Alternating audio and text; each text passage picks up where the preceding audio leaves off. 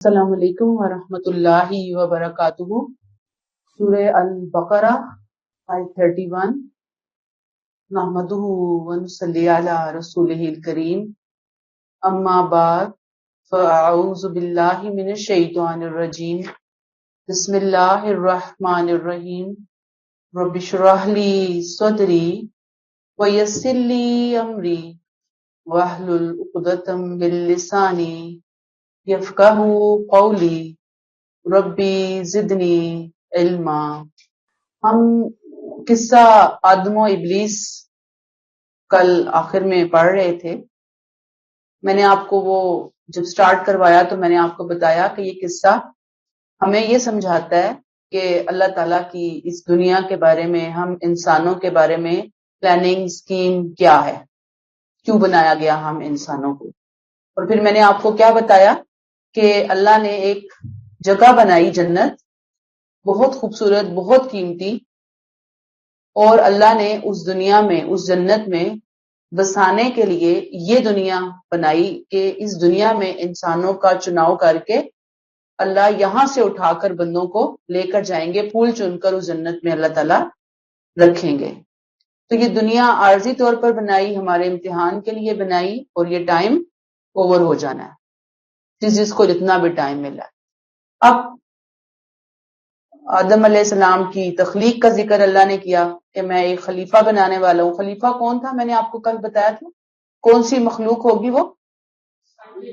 صاحب اقتدار، صاحب اختیار، انڈیپینڈنٹ بادشاہ، پوری اس کو پاورز دوں گا، اس کو اتھارٹی دوں گا، اس کو آزادی دوں گا، اس کو فری ہینڈ دوں گا، بہت ساری چیزوں میں باقی مخلوقات کی نسبت، یعنی باقی مخلوقات کو کوئی فری ہینڈ نہیں ملا ہوا۔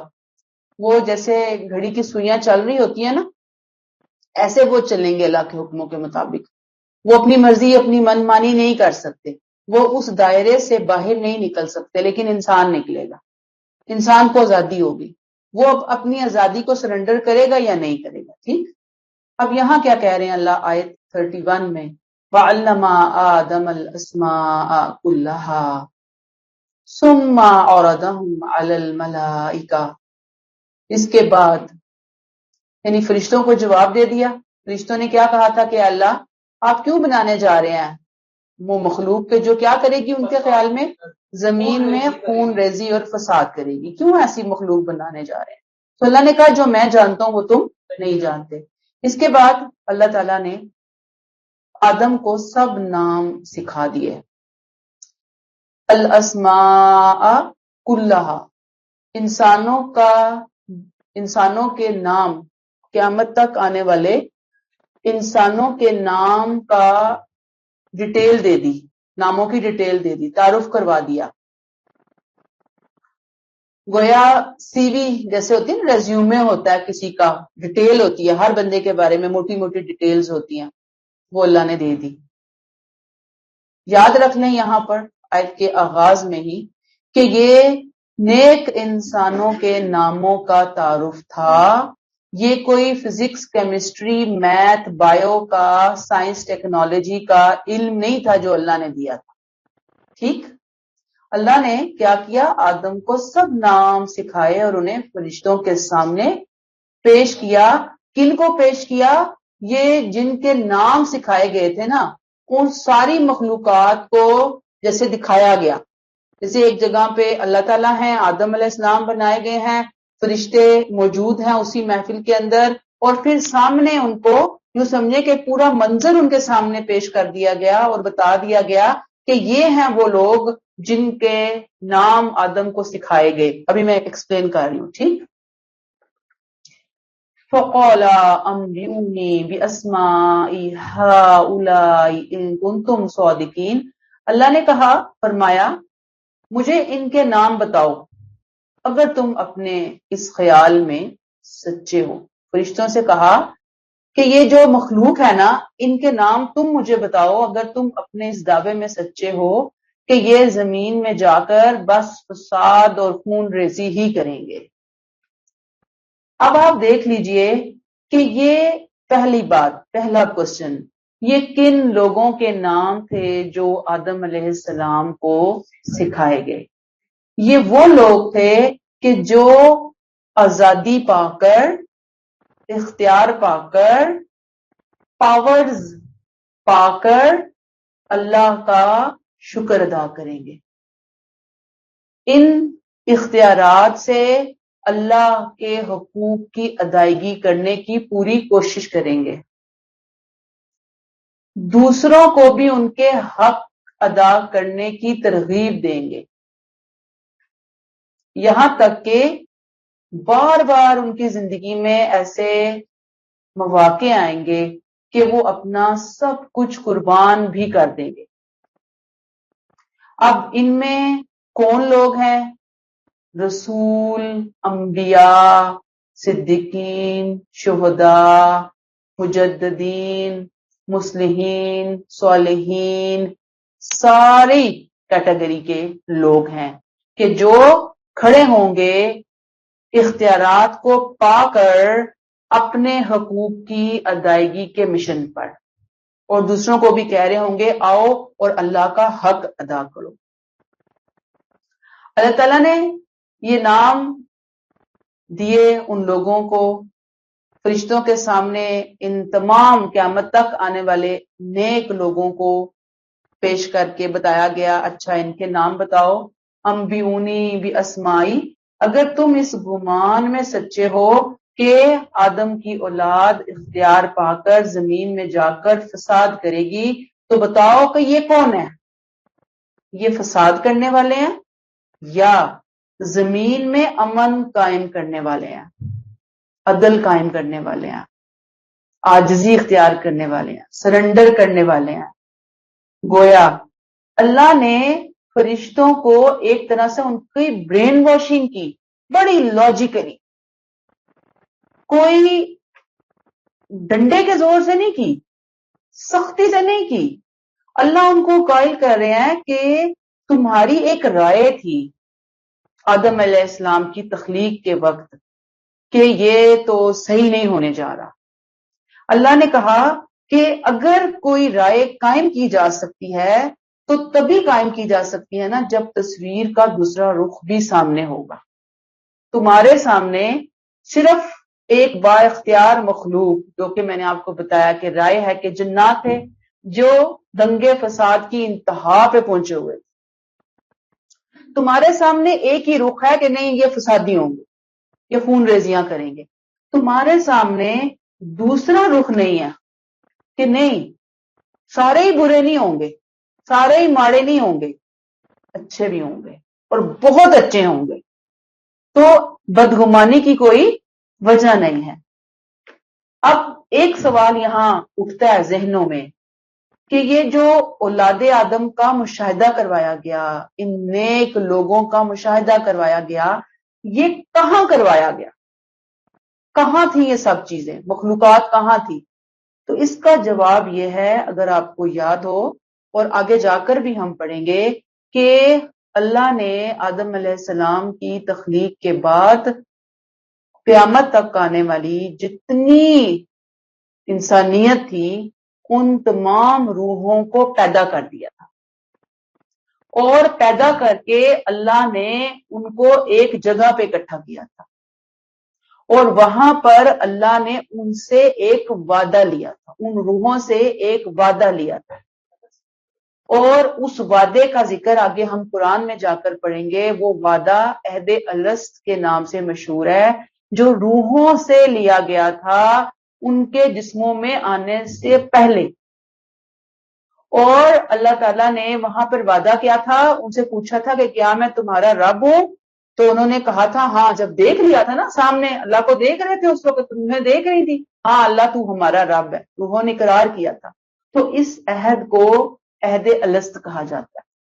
تو کہا جاتا ہے کہ اسی موقع پر ان نیک روحوں کا تعارف فرشتوں کو کروایا گیا، باقی واللہ عالم، اللہ خوب جانتا ہے، اللہ کو پتا ہے کہ اصل میں کیا ہے، لیکن جو لوگوں کی رائے ہے وہ اس میں یہی ہمیں نظر آتی ہے۔ ٹھیک ہے جی، دیکھیں یہ آیت 31 ہمیں بتا رہی ہے وَعَلَّمَ آدَمَ الْأَسْمَاءَ كُلَّهَا، آدم علیہ السلام کو بنا دیا گیا، یہ مخلوقات کی روحیں بھی بنا دی گئی، آدم علیہ السلام اپنی انسان کی شکل میں آ گئے، بن گئے، روحوں کو پیدا کر دیا گیا، ٹھیک، اس کے بعد ڈائلاگ ہو رہا ہے فرشتوں کے ساتھ، ٹھیک ہے نا، اور ابھی کہانی چل رہی ہے آگے، یہاں تک کلیئر ہوگی بات، ٹھیک ہے؟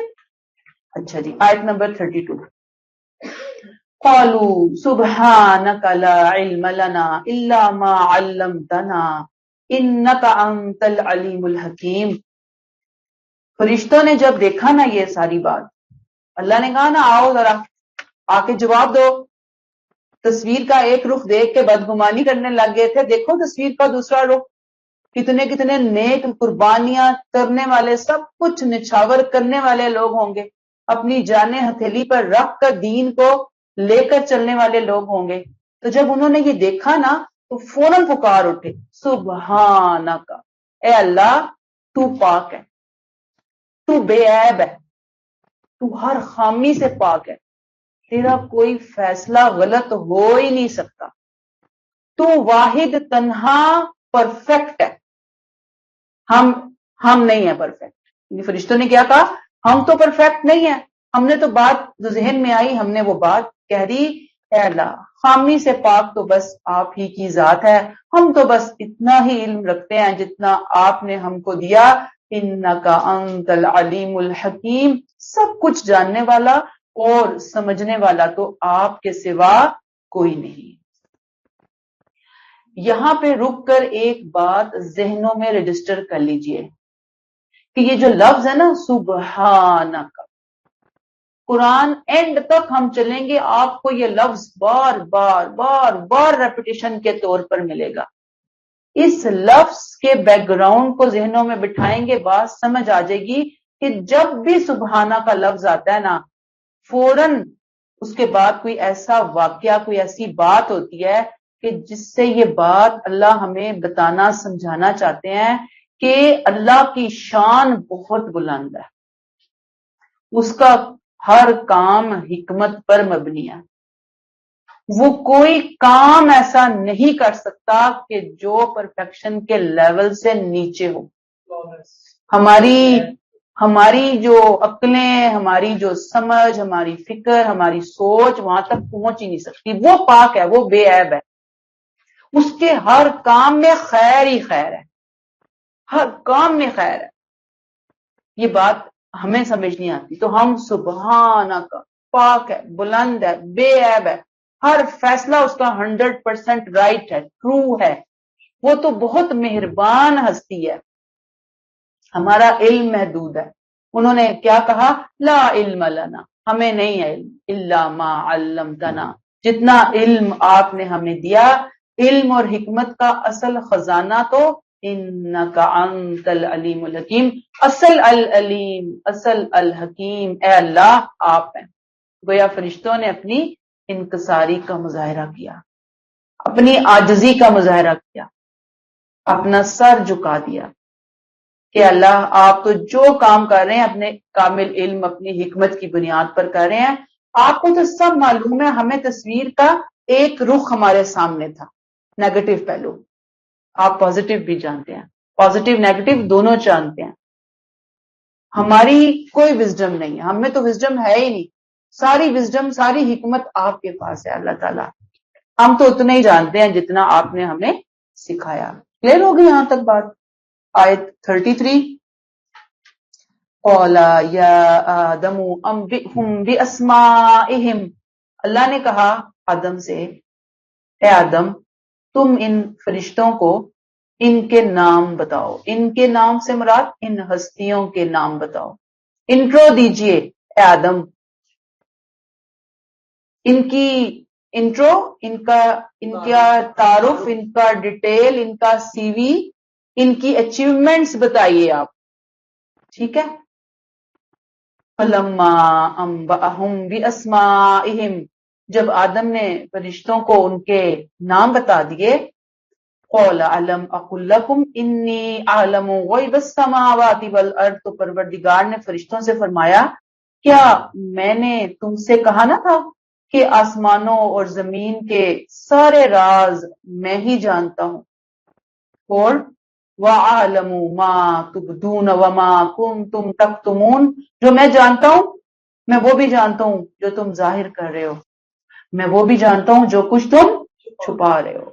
گویا اللہ تعالیٰ نے آدم علیہ السلام سے کہا کہ اٹھیے اور ان ہستیوں کا تعارف کروائیے، یہ کون سی ہستیاں تھی جو اللہ کی اسکیم میں، یہ کون سی ہستیاں تھی؟ یہ وہ ہستیاں تھی جو اللہ کی اسکیم میں شاندار کامیابیاں حاصل کرنے والی ہستیاں تھی، بیسٹ اللہ کے بندے، بیسٹ ہستیاں۔ آدم علیہ السلام نے اللہ کے حکم سے ان تمام ہستیوں کا تعارف کروا دیا۔ جب تعارف مکمل ہو گیا تو اللہ تعالیٰ نے کہا الم اقل لکم، میں نے تمہیں نہیں بتایا تھا؟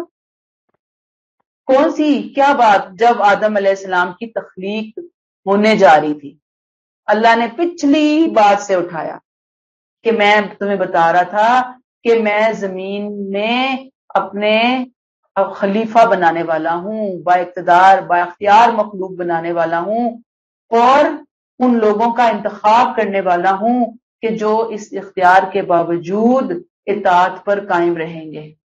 ٹھیک ہے، دیکھو یہ ہوں گی وہ ہستیاں جو مستقبل میں ون بائی ون آتی رہیں گی، اور یہ کھڑی ہوں گی دین کی علم بردار بن کے، سورج کی طرح چمکنے والی ہستیاں۔ اللہ تعالیٰ کہتے ہیں، یہ یعنی کہ یہ بات پھر ہمیں بتائی سمجھائی مفسرین نے، وہ یہ کہتے ہیں کہ اللہ یہ جانتے تھے کہ فساد ہوگا، بہت ہوگا فساد، کیونکہ با اختیار مخلوق جو ہو رہی ہے نا، جب جس کو اختیار ملتا ہے، آپ کو پتہ کہتے ہیں گنجے کو ناخون مل جائیں تو بس اللہ کی پناہ۔ تو اب جب اس طرح اختیار دے کر بھیجا جا رہا ہے تو لازماً فساد ہوگا، یہ چیز اللہ کے نالج میں تھی، ان کو پتا تھا نیگیٹیوٹی بہت ہوگی۔ لیکن اللہ تعالی نے زمین کی جب بادشاہی عطا کرنے کا فیصلہ کیا نا، تو اللہ نے اس فساد کو، اس سرکشی کو بھی گوارا کر لیا کہ ٹھیک ہے، پازیٹیو کے ساتھ نیگیٹو ہوں گے تو ہوتے رہیں۔ اللہ نے پورا فوکس کس کے اوپر کیا؟ پازیٹیو کے اوپر، نیک لوگوں کے اوپر، صالح لوگوں کے اوپر۔ اللہ تعالیٰ نے کہا، فرشتوں کو بتایا الم اقل لکم انی اعلم غیب السماوات والارض، آسمانوں اور زمین کے سارے راز میں جانتا ہوں، مجھے پتا ہے کہ زمین میں جن کو بادشاہ بنانے جا رہا ہوں، آخرت کے لیے جو سکیم میں نے دنیا کے اندر پھیلائی ہے، رکھی ہے، میری یہ سکیم ہرگز کامیاب نہیں ہوگی۔ صالحین کی ایک بہت بڑی جماعت جنت میں جانے کے لیے تیار ہوگی، جائیں گے لوگ، کوشش کریں گے، محنت کریں گے، اٹ موسٹ کوشش کریں گے۔ پھر آپ دیکھیے کہ اللہ تعالیٰ نے پھر یہاں پہ کیا کہا، فرشتوں کے نام آدم علیہ السلام نے نام بتا دیے، انہوں نے سارے نام کلیئر کر دیے، اور اللہ تعالیٰ نے کہا کہ میں نے تم سے نہیں کہا تھا۔ اب آپ دیکھیں کہ یہ فرشتوں کی اصل میں یہاں پر ایک طرح سے اطاعت اور وفاداری جو ہے نا، اس کا بھی اللہ تعالیٰ امتحان لے رہے تھے۔ اللہ تعالیٰ نے کہا کہ میں بہت اچھی طرح جانتا ہوں وہ چیزیں جو تم نہیں جانتے، وَأَعْلَمُ مَا تُبْدُونَ وَمَا كُنْتُمْ تَكْتُمُونَ، جو تم ظاہر کرتے ہو، جو کچھ تم چھپاتے ہو، میں سب کچھ جانتا ہوں۔ یہ کیا چیز ہے جو اللہ نے یہاں مینشن کی آیت کے آخری ٹکڑے میں، وَأَعْلَمُ مَا تُبْدُونَ وَمَا كُنْتُمْ تَكْتُمُونَ؟ یہ وہ بات ہے جو آیت 30 میں وہ ادب کی وجہ سے زبان پر نہیں لائے تھے۔ وہ کون سی بات تھی کہ اے اللہ، کیوں آپ زمین میں ایسی مخلوق پیدا کرنے جا رہے ہیں؟ ہم ہیں جو آپ کی پاکی بیان کرنے والے، آپ کی تسبیح بیان کرنے والے، تو یہ اختیار ہمارے پاس ہی رہنے دیجئے یا ہمیں سونپ دیجئے۔ یہ وہ بات ہے۔ یہاں پہ اللہ تعالیٰ کہتے ہیں میں جانتا ہوں، جو تم نے ڈسکشن میں بات کو ظاہر کیا وہ بھی میں جانتا ہوں، اور جو بات تمہارے دلوں کے اندر ہے، تمہارے اندر ہے، اس کو بھی میں جانتا ہوں، سب کچھ جاننے والا۔ اچھا جی، یہاں تک کلیئر ہو گئی بات؟ چلیں آگے، آیت نمبر 34۔ وَإِذْ قُلْنَا لِلْمَلَائِكَةِ اسْجُدُوا لِآدَمَ فَسَجَدُوا إِلَّا إِبْلِيسَ۔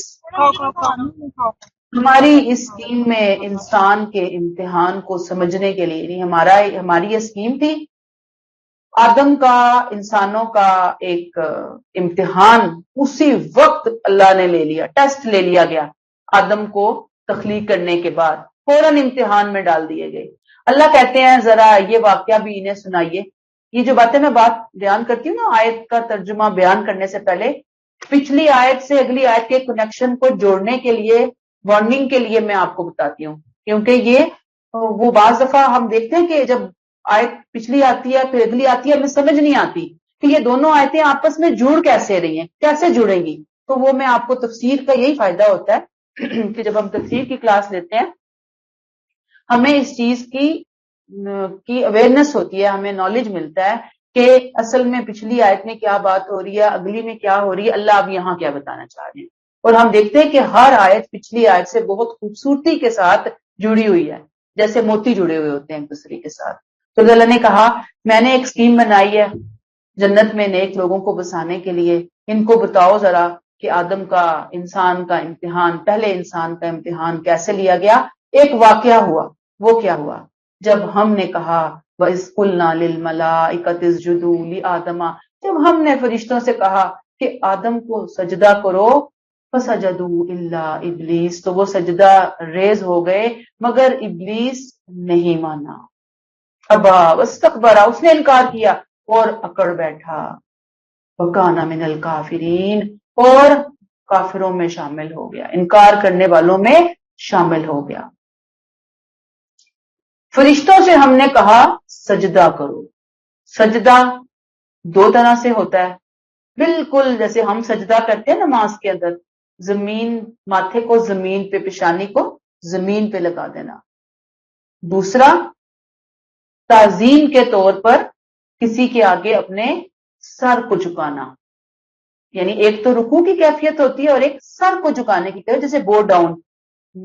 جاپانیز وغیرہ میں آپ نے دیکھا ہوگا کہ وہ ہاتھ کو یہاں پہ باندھ کر تھوڑا سا ایسے کر کے بو ڈاؤن ہوتے ہیں، تھوڑا سا جھکتے ہیں نا، تو یہ اس طرح کا جھکنا، تعظیماً جھکنا ہوتا ہے۔ یاد رکھیے کہ یہ سجدہ جو فرشتوں سے آدم علیہ السلام کو کروایا گیا، یہ تعظیمی سجدہ کہلاتا ہے۔ اس میں شرک کا پہلو نہیں ہے۔ کیوں نہیں ہے؟ اس لیے کہ اللہ ہی نے تو فرشتوں کو حکم دیا تھا کہ اس کے آگے، آدم کے آگے جھکو۔ بعد میں سجدے کو، ہر طرح کے سجدے کو، چاہے وہ پیشانی اور ناک کو زمین پہ رکھنا ہو، چاہے وہ بہت نیچے ہو کر بو ڈاؤن ہونا ہو، اللہ نے اسے منع کرا دیا، حرام قرار دے دیا، اور خاص طور پر اسلام میں آ کر اس کو حرام قرار دے دیا۔ اس سے پہلے یعنی محمد صلی اللہ علیہ وسلم سے پہلے اس طرح کے بو ڈاؤن کی، اس طرح کے جھکنے کی اہمیت سوائے تعظیم کے اور کچھ نہیں تھی۔ یعنی وہاں کی شریعتوں میں اس طرح کے جھکنے کو، بزرگوں کے آگے جھکنے کو کیا سمجھا جاتا تھا؟ تعظیم، احتراماً جھکا جا رہا ہے بس۔ اب فرشتوں کو یہ سجدہ، یہ تعظیم کرنے کا حکم کیوں دیا گیا؟ امپورٹنٹ بات ہے نا۔ اب ہمیں تو بتا دیا گیا کہ کسی کے آگے نہیں جھکنا سوائے اللہ۔ یہاں اللہ خود فرشتوں سے کہہ رہے ہیں جھکو آدم کے سامنے۔ کیوں؟ نمبر 1، آدم علیہ السلام کو، آدم علیہ السلام کی اولاد کو یہ بتانا تھا کہ اصل اللہ کے ہاں جو مقام ہے نا، وہ نور سے پیدا ہونے میں، آگ سے پیدا ہونے میں نہیں ہے، یا مٹی سے پیدا ہونے میں نہیں ہے۔ اصل مقام کس چیز میں ہے؟ کہ انسان فرما برداری کرے، انسان حق کے اوپر کھڑا ہو جائے، ڈٹ جائے، جم جائے۔ لہذا انسان کو بھی ہمیشہ اپنے رب کے سامنے اپنے آپ کو، اپنی انا کو، اپنے عقیدے کو، اپنی فکر کو، اپنی ہر چیز کو جھکانا ہے۔ اللہ نے انسان اس وقت جب ان کو بنایا، آدم کو، تو اس وقت کی مخلوقات میں جو برتر مخلوق تھی نا، یہ سب سے برتر مخلوق فرشتے تھے، اللہ نے ان کو آدم کے سامنے جھکوایا. کس وجہ سے جھکوایا تھا بتائیں مجھے؟ ہم کہتے ہیں نا علمی برتری تھی، یہ بھی آپ سنیں گے تفاسیر میں. علمی برتری تو تھی، لیکن اصل کیا تھا کہ وہ جو ہستیاں آئیں گی نا، نیک صالحین ہوں گے، بڑے بڑے لوگ ہوں گے جو اللہ کے حکم پر قائم رہیں گے، اللہ نے اس کی وجہ سے اس سجدے کو، اس تعظیم کو ایک طرح سے پریکٹیکل ریہرسل میں اللہ تعالیٰ نے اس کا ایک طرح سے ڈیمو دلوایا وہاں پر، کہ پوری کائنات جو ہے نا وہ انسان کے مخدوم کی حیثیت سے کام کرے گی. دوسری بات یہ کہ آدم علیہ السلام اور ان کے آنے والی اولاد یہ سمجھ لے کہ جب فرشتوں نے اس کو سجدہ کر لیا، سب سے برتر مخلوق نے، اب ذریت آدم کے لیے یہ کس طرح جائز ہے کہ وہ کسی اور کو سجدہ کرے، اللہ کو چھوڑ کر کسی اور کے سامنے جھکے. وہ کسی برتر سے برتر مخلوق کی بھی نہ بندگی کر سکتا ہے نہ پرستش کر سکتا ہے. اسے کس کے سامنے جھکنا ہے؟ صرف اللہ کے سامنے. تو یہ اللہ تعالیٰ نے پہلے دن ہی بتا دیا اس کو. اور یاد رکھیے کہ جب انسان اللہ کو چھوڑ کر کسی اور کے سامنے دیکھتا ہے نا، کہ جھکتا ہے، تو وہ صرف اللہ کی توہین نہیں کرتا، وہ خود اپنی تخلیق کی توہین کرتا ہے. اللہ نے اس کو اعلیٰ مقام سے نوازا، پوری کائنات کی ساری مخلوقات کو اس کے سامنے جھکا کر. مخلوقات جو برتر مخلوق تھی، جنات بھی تھے اس وقت، شیاطین بھی تھے، جنات بھی تھے اور یہ فرشتے بھی تھے. تو فرشتوں کو حکم دیا گیا، جنات کا یہاں ذکر نہیں ہے، لیکن وہاں پہ جنات بھی، اس میٹنگ میں جنات بھی موجود تھے، چونکہ وہ اس طرح سے برتر نہیں تھے، ایک مخلوق کی حیثیت سے تھے، تو ان کا نام نہیں یہاں پر آیا، لیکن وہ موجود تھے وہاں پر. ٹھیک ہے. اب اللہ تعالیٰ نے یہاں پہ بتا دیا کہ جی جھکنا نہیں ہے. تو یہاں گویا سب سے پہلے اب یہ امتحان ہوا فرشتوں کا آدم علیہ السلام کے سامنے جھکنے کے حوالے سے، ان کی فرما برداری کا، کہ وہ نور سے بنی ہوئی مخلوق ہے، وہ گارے سے، سڑے ہوئے گارے سے بنی ہوئی مخلوق کے سامنے خود کو جھکاتے ہیں یا نہیں جھکاتے. تو بہرحال انہوں نے جھکا دیا. وَإِذْ قُلْنَا لِلْمَلَائِكَةِ اسْجُدُوا لِآدَمَ فَسَجَدُوا، سب نے سجدہ کیا الا ابلیس، ابلیس نے نہیں کیا. ابلیس مایوس، کس چیز سے؟ اللہ کی رحمت سے مایوس، خود بھی مایوس، دوسروں میں بھی مایوسی پھیلانے والی شخصیت. ابلیس وہ جن، سب سے بڑا جن، جس نے آدم علیہ السلام کو سجدہ کرنے سے انکار کر دیا. بعض لوگ اس کو فرشتہ سمجھتے ہیں، یہ فرشتہ نہیں ہے. یہ کون تھا؟ جن. جن کس چیز سے پیدا ہوئے؟ اپنی اوریجن کیا ہے ان کی؟ آگ سے. تو وہ نور سے پیدا ہوئے ہیں، یہ آگ سے، تو دونوں اپنی اوریجن کے اعتبار سے تھوڑا قریب ہے. ٹھیک ہے. لیکن یہ فرشتہ نہیں تھا، یہ جنات تھے. جنات بھی وہاں موجود تھے. ٹھیک. تو یہ ان کا جو بڑا تھا نا، یہ مکر گیا، اس نے کہا میں نے نہیں کرنا. اس کے بارے میں پھر اور کچھ روایات بھی آتی ہیں ہمارے پاس. وہ کیا ہے کہ یہ تو بڑا عبادت گزار تھا، جنات کے اندر ہمیشہ دنگا فساد، لڑائی جھگڑا، خون خرابہ ہوتا رہتا تھا. اللہ تعالیٰ نے پھر یہاں سے اس کو اٹھا کے اس کو فرشتوں کی صف میں لے جا کر بٹھا دیا. یہ بڑی وہاں پہ بھی عبادت کرتا ہوتا تھا بیٹھ کے، یہ ہر وقت بس عبادت میں ہی لگا رہتا تھا اور اس کو کوئی اور طرف دھیان نہیں جاتا تھا. تو اب جب اللہ نے کہا فرشتوں کو سجدہ کرو اور سب کو کہا سجدہ کرو، تو اس نے انکار کیوں کیا؟ ریزن کیا تھی؟ قرآن میں آگے چل کے ہمیں پتہ چلتا ہے کہ اللہ تو نے آدم کو مٹی سے بنایا، مجھے تو نے آگ سے بنایا. آگ زیادہ پاورفل ہے مٹی کی نسبت، مٹی حقیر ہے، تو میں آگ سے بنی ہوئی مخلوق ہو کر مٹی جیسی مخلوق کے سامنے، حقیر مخلوق کے سامنے سجدہ کیوں کروں؟ یہ اگر اللہ تعالیٰ نے اس کی پوری بات جو ہے وہ بیان کیا. گویا تکبر کا شکار ہو گیا. تکبر، ایگو آ گئی اس کے اندر، جان بوجھ کر اس نے انکار کیا. اب دیکھیں کہ انکار کر دیا، ابا واستکبرا، انکار کیا اور اکڑ بیٹھا، میں نہیں کروں گا، مجھے نہیں چاہیے سجدہ. تو اصل میں تو انسان کو سجدہ نہیں کرنا تھا، اللہ کا حکم ماننا تھا. جیسے فرشتوں نے اللہ کا حکم مان لیا، اس نے ماننے سے انکار کر دیا. وَكَانَ مِنَ الْكَافِرِينَ، اور یہ انکار کرنے والوں میں شامل ہو گیا. سب سے پہلا کافر، جان بوجھ کر انکار کرنا.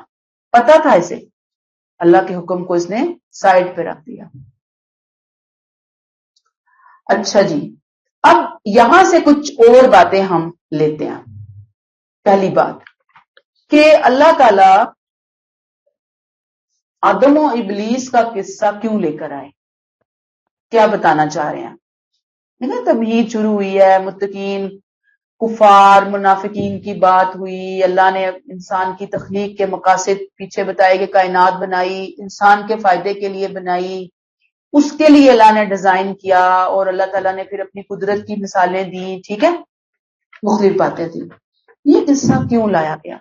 اصل میں اب اس قصے کے بعد ڈائریکٹ اللہ تعالیٰ بنی اسرائیل سے بات کریں گے، ان کے کردار کو ہائی لائٹ کیا جائے گا، ان کو سبق دیا جائے گا. وہ سبق کیا ہے کہ بنی اسرائیل نے نبی کریم صلی اللہ علیہ وآلہ وسلم کی رسالت کو تسلیم کرنے کے معاملے میں سیم شیطان کا کردار ادا کرنا شروع کر دیا تھا.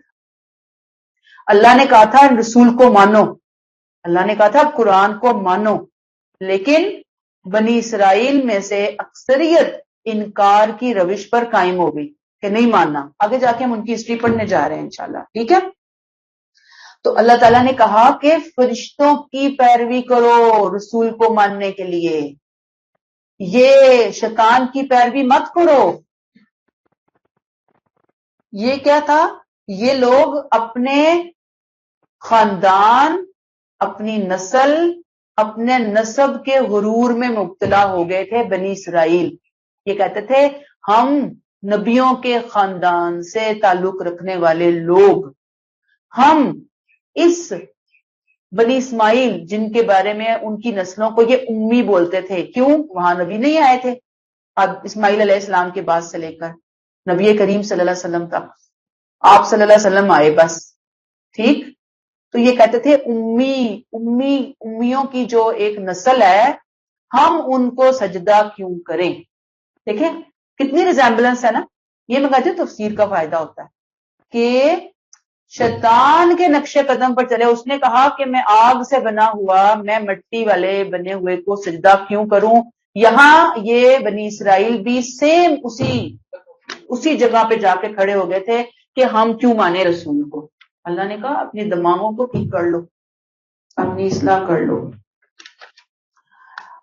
پھر اس کے بعد ایک اور بات یہاں سے جو پتہ چلتی ہے وہ یہ کہ یہ جو ہم سنتے ہیں نا، جب روایت بتائی کہ ایسی باتیں مشہور ہیں کہ یہ جو شیطان تھا نا ابلیس، یہ بڑا نیک تھا.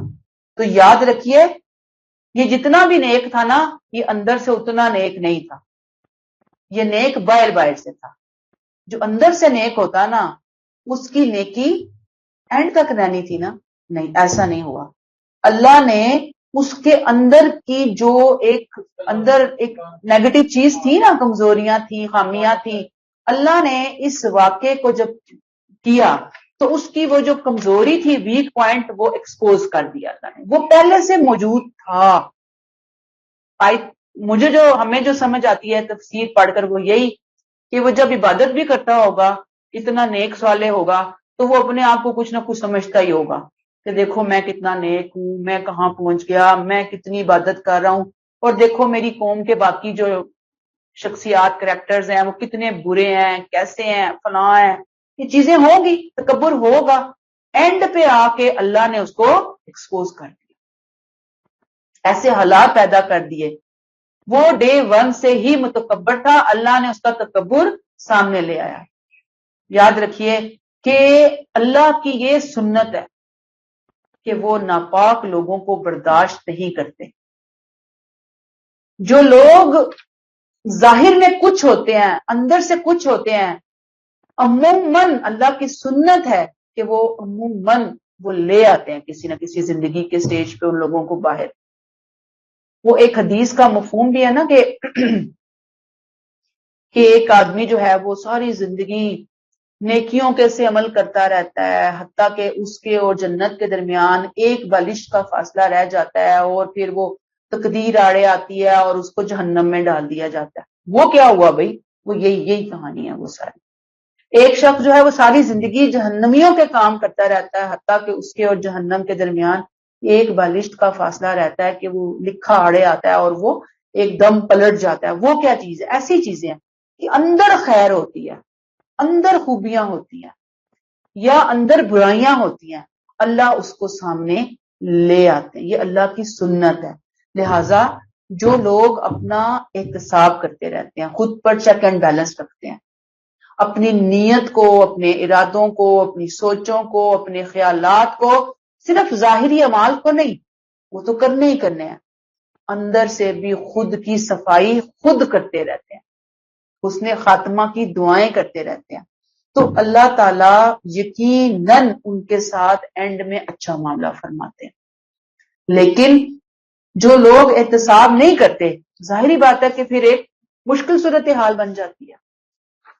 تو میرے اور آپ کے لیے لیسن کیا ہے کہ اللہ نہ کرے کہ ہم اپنی کسی بھی نیکی کی وجہ سے زندگی میں کسی بھی لمحے 1% کسی تکبر کا شکار ہو.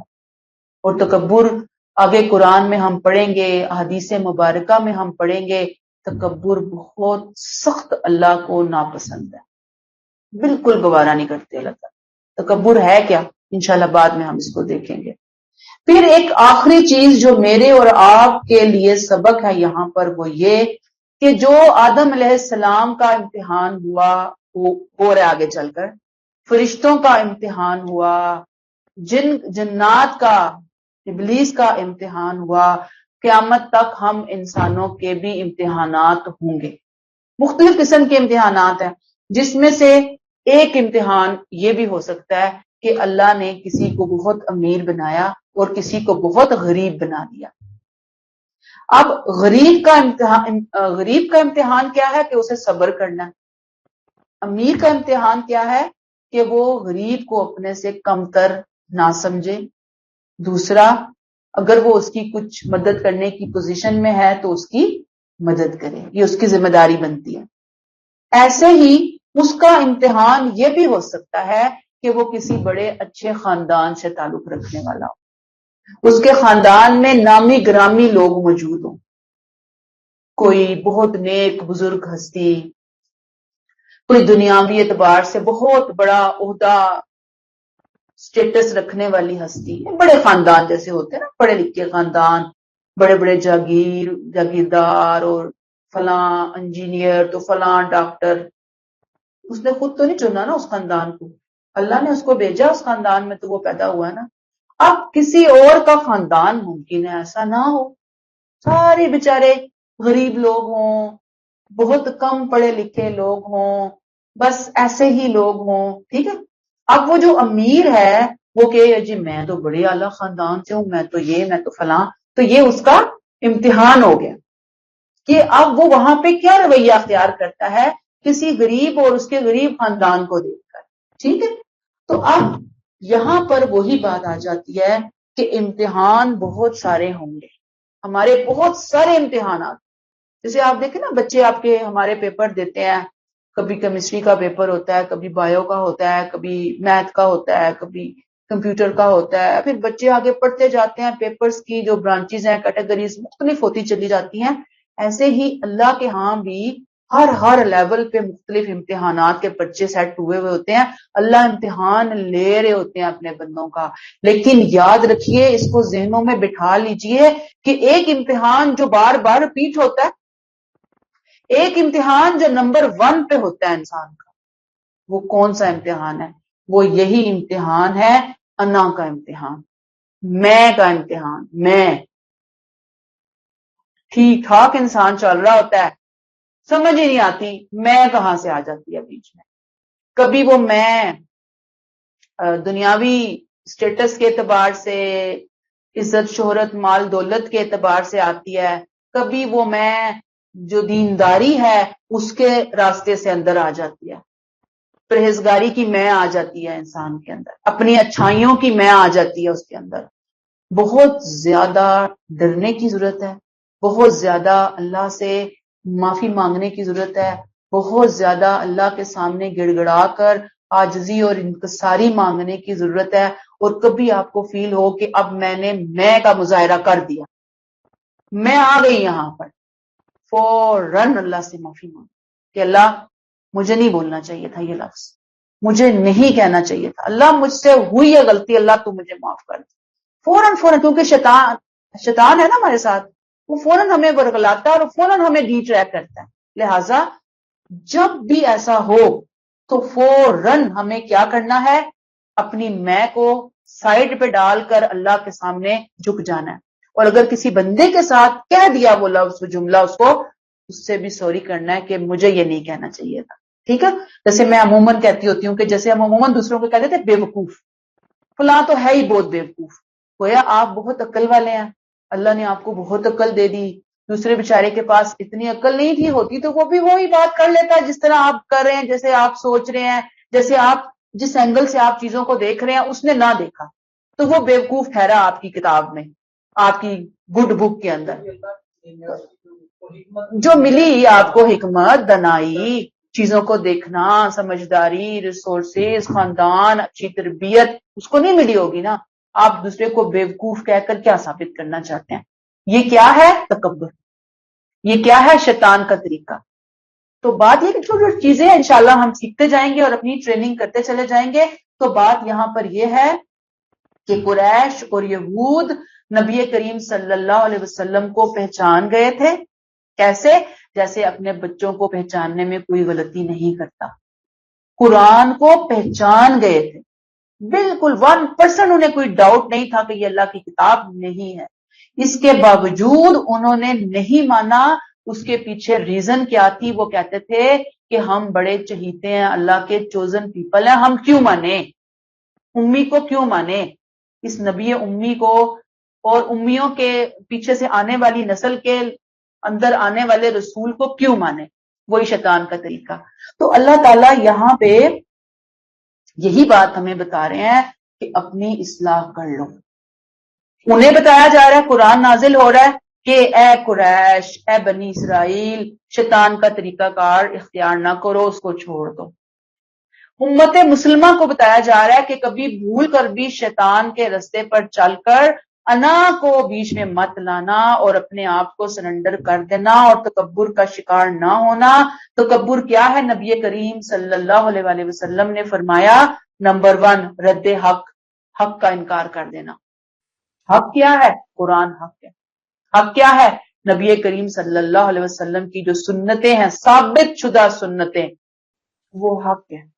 ان کو پکڑ لینا یہ حق ہے. اگر اس کو ہم چھوڑتے ہیں تو وہ حق نہیں ہے. یہ تکبر اللہ نے کہا. دوسرا، آپ صلی اللہ علیہ وسلم نے کہا دوسروں کو حقیر سمجھنا. تو آپ اپنی زندگی میں ذرا ایک لسٹ بنائیں، صبح سے لے کر شام تک اپنی گفتگو کی، اپنے معاملات کی، اپنے بیہیویئرز کی، تو ہم دیکھیں گے کہ ہم تو جگہ جگہ دوسروں کو اپنے سے کم تر ثابت کرنے کی کوشش کر رہے ہوتے ہیں، کم تر سمجھ رہے ہوتے ہیں، یا ان کو ہم دوسروں کے سامنے بھی ایسے ہی ذلیل کر رہے ہوتے ہیں. بہت سخت رویہ. اللہ ہمیں بچائے.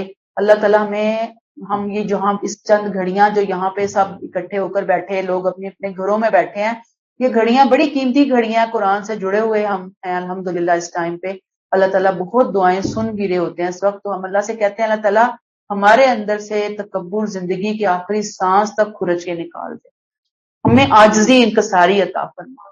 پھر قرآن میں ہی آگے آتا ہے کہ اونٹ سوئی کے ناکے میں داخل ہو سکتا ہے. اونٹ سوئی کے ناکے میں جیسے داخل نہیں ہو سکتا، ایسے ہی متکبر کبھی جنت میں داخل نہیں ہو سکتا. تو رائی کے دانے کے برابر جس میں تکبر ہوگا وہ جنت میں نہیں جائے گا. سخت باتیں ہیں نا. اللہ تعالیٰ ہمیں تکبر سے محفوظ رکھے. اس قصے کو یہاں لانے کا مقصد یہ ہے. اچھا جی، پھر ہے جی آیت نمبر 35. وَقُلْنَا يَا آدَمُ اسْكُنْ أَنْتَ وَزَوْجُكَ الْجَنَّةَ، ہم نے آدم سے کہا تم اور تمہاری بیوی دونوں اس باغ میں رہو. باغ جنت کے قریب ترین کہا جاتا ہے. جنت سے مراد یہاں باغ ہے. باغ کوئی باغ اللہ نے بنایا بڑا خوبصورت، بالکل جنت کی ریزیمبلنس تھی اس کے اندر. ٹھیک ہے، اللہ نے کہا کہ اس میں رہو، باغ میں رہو، جہاں سے جو چاہو سیر ہو کر کھاؤ، لیکن تم دونوں اس خاص درخت کے پاس نہ جانا ورنہ ظالموں میں شمار ہو گئے. فرشتوں کا امتحان ہوا، اطاعت اور وفاداری کا، سجدہ کرنے کا حکم دیا، وہ پاس ہو گئے. جنات میں کا ہوا، وہ جن جو ان کا بڑا لیڈر تھا وہ فیل ہوا اور اپنے ساتھ بہت ساری مخلوق کو وہ ساتھ لے گیا. کچھ لوگ فرما بردار رہے جنات میں سے بھی، اور قیامت تک رہیں گے فرما بردار. موسٹلی نے اس کا راستہ پکڑ لیا. ٹھیک، اب یہاں آدم علیہ السلام کی اطاعت کا امتحان. اللہ نے کہا ساری اس جنت میں، باغ میں ساری نعمتیں تمہاری ہیں، بس امتحان کے طور پہ اللہ نے کہا وہ جو ایک درخت ہے نا اس کے قریب نہ جانا، گویا اس کا پھل نہیں کھانا، نہ قریب جانا ہے نہ پھل کھانا ہے. لیکن ہوا کیا، کہا جاتا ہے کہ شیطان جیسے ہی یہ معاملہ ہوا، آدم علیہ السلام کو ڈیزائن کیا گیا، ان کی زوجہ حضرت اما حوا جو ہیں ہماری، ان کو بھی ڈیزائن کر دیا گیا. اب وہ دونوں ایک طرح سے پکنک پوائنٹ پہ ہیں، ہنی مون پیریڈ ہے ان کا، وہاں پہ کھا پی رہے ہیں، انجوائے کر رہے ہیں. اللہ نے کہا وَكُلَا مِنْهَا رَغَدًا حَيْثُ شِئْتُمَا، جو چاہو جتنا چاہو جہاں سے چاہو کھاؤ، بس پورے اس باغ میں ایک ریسٹرکشن ہے، وہ نہیں تم نے کرنی. شیطان پہنچ گیا وہاں پر، اور شیطان پہنچا وہاں پر دشمن کے روپ میں نہیں پہنچا، دوست کے روپ میں پہنچا. اب یہ کیا ہوا، اللہ تعالیٰ نے پیچھے ہم نے پڑھا نا، اللہ تعالیٰ نے کیا کہا تھا، ابا واستکبر وکان من الکافرین، وہ کافروں میں سے ہوا. آگے چل کر قرآن میں نے کہا 7 ٹائم یہ قصہ آیا، اللہ تعالیٰ بتائیں گے کہ اصل میں اس نے ماننے سے جب انکار کیا، اس نے پھر توبہ بھی نہیں کی. جب توبہ بھی نہیں کی، اللہ نے پھر اس کے لیے پنشمنٹ کا اعلان کر دیا کہ تو راندہ درگاہ، میری رحمت سے تجھے دور کر دیا. اور بس اس نے پھر کہا اللہ تو مجھے مہلت دے، میں اولاد آدم کو بہلاؤں گا، پھسلاؤں گا، میں انہیں ڈی ٹریک کروں گا، میں تجھ پہ یہ بات ثابت کروں گا کہ یہ جو مخلوق جس کو تو نے بڑا آنر دیا یہ اس قابل نہیں. ٹھیک، اللہ نے کہا جا تجھے مہلت ہے. ٹھیک، اب وہ جو مہلت ملی نا، اس کو اسی ٹائم دیکھیں نا، آدم علیہ السلام کو بنایا اللہ نے، ساتھ ہی فرشتوں کا ٹیسٹ ہو گیا نا، ساتھ ہی اب آدم علیہ السلام کا ٹیسٹ ہونا شروع ہو گیا. ایسے ہی اس کو جو موقع ملا تھا نا، چانس، فوراً امپلیمنٹ ہو گیا، وہ آ گیا ان کے پاس. اور آیا بھی کیسے، خیر خواہ کے روپ میں آ کر اس نے کہا کہ تمہیں معلوم ہے یہ درخت کیوں نہیں تمہیں کھانے دیا جا رہا ہے اس کا پھل، کہ تم پھر ہمیشہ کی زندگی کہیں حاصل نہ کر لو. یہ درخت جو ہے نا شجرۃ الخلد ہے، ہمیشگی کا درخت ہے. ٹھیک ہے، ہمیشہ رہو گے اگر اس کا پھل کھا لو گے. اس کی اور بھی لوگوں نے تفاسیر کی ہیں، لیکن بہرحال اب ہم اتنی ڈیٹیل میں نہیں جائیں گے. یہ درخت کون سا ہے، بہت ڈیبیٹ ہے اس کے اوپر، بہت ساری بحثیں ہو رہی ہیں کہ یہ درخت تھا، وہ درخت تھا، فلاں تھا. جو بائبل ہے نا، بائبل میں بھی اس کی ڈیٹیلز ملتی ہیں، تو ہمیں اس طرح کی ڈیٹیل میں جانے کی ضرورت نہیں ہے. جو بھی تھا، اللہ نے کسی ایک درخت کے پاس جانے سے ان کو منع کیا تھا. شیطان نے آ کر ان کو فریب دیا، دھوکے میں ڈالنے کی کوشش کی، جال ان کے لیے بنایا، ٹریپ بنایا، اور انہیں مجبور کر دیا. مجبور سے لگے کہ سجیشنز دی ان کو کہا کہ نہیں یہ تو آپ اس کا پھل کھا لو گے تو ہمیشہ رہو گے، یہیں پہ ہی رہو گے. جنت اتنی خوبصورت تھی، وہ کہتے تھے ہم کیسے نکلیں. انہوں نے کہا ٹھیک ہے جاتے ہیں، چکھتے ہیں. چکھ لیا. بہرحال اب آپ دیکھ لیجئے کہ اللہ تعالیٰ جانتے تھے کہ یہ ایسا ہوگا. کہا جاتا ہے کہ اللہ کو معلوم تھا کہ شیطان آئے گا، انہیں ورغلائے گا. آدم علیہ السلام، اما حوا، جن کو ایک شارٹ ٹائم کے لیے ان کی ٹریننگ کے لیے جنت میں رکھا گیا ہے، وہ اس کی بات میں آ کر مجبور ہو کر اس درخت کا پھل کھائیں گے. یہ معلوم تھی. اللہ کو تو جس نے ڈیزائن کیا تو وہ سب معلوم ہے نا. اب اللہ یہ چاہ رہے تھے کہ یہ جو آدم اور شیطان کی دشمنی ڈل گئی ہے نا، اس کا ایک ٹیلر ہمیشہ کے لیے لکھ دیا جائے، قیامت تک آنے والے انسانوں کو بتا اور سمجھا دیا جائے کہ کیا ہونے جا رہا ہے. ساتھ ہی اللہ نے بتا دیا کہ جب وہ ایسا کریں گے ان کو بہت ندامت فیل ہوگی، گلٹی کانشیس ہوں گے. تو جب وہ ہوں گے تو اللہ ان کو توبہ کا طریقہ سکھائیں گے. پھر وہ دنیا میں جا کر جب جب ان سے شیطان کے ٹریپ میں آنے کے بعد ان سے جب غلطیاں ہوں گی نا تو وہ کیا کریں گے؟ توبہ کریں گے اور دوبارہ سے اللہ کا قرب پا سکیں گے۔ یہ پوری ایک پلاننگ تھی نا، اللہ کی اسکیم تھی نا۔ اللہ تعالیٰ نے شیطان کو آنے بھی دیا، اللہ نے بات سننے بھی دی، اللہ نے وہ درخت کا پھل جو ہے وہ کھانے بھی دیا اور انہوں نے کھا لیا۔ اب کیا ہوا؟ کھاؤ وَلَا تَقْرَبَا هَٰذِهِ الشَّجَرَةَ، اس درخت کے قریب نہیں جانا، فَتَكُونَ مِنَ الظَّالِمِينَ، ظالموں میں سے ہو جاؤ گے۔ ظالم کون؟ نافرمان، نافرمانوں میں سے ہو جاؤ۔ ٹھیک ہے، یہاں پہ ہم اس کو روک لیتے ہیں۔ سبحانک اللہم و بحمدک، نشہد ان لا الہ الا انت، نستغفرک ونتوب الیک۔ السلام علیکم ورحمۃ اللہ وبرکاتہ۔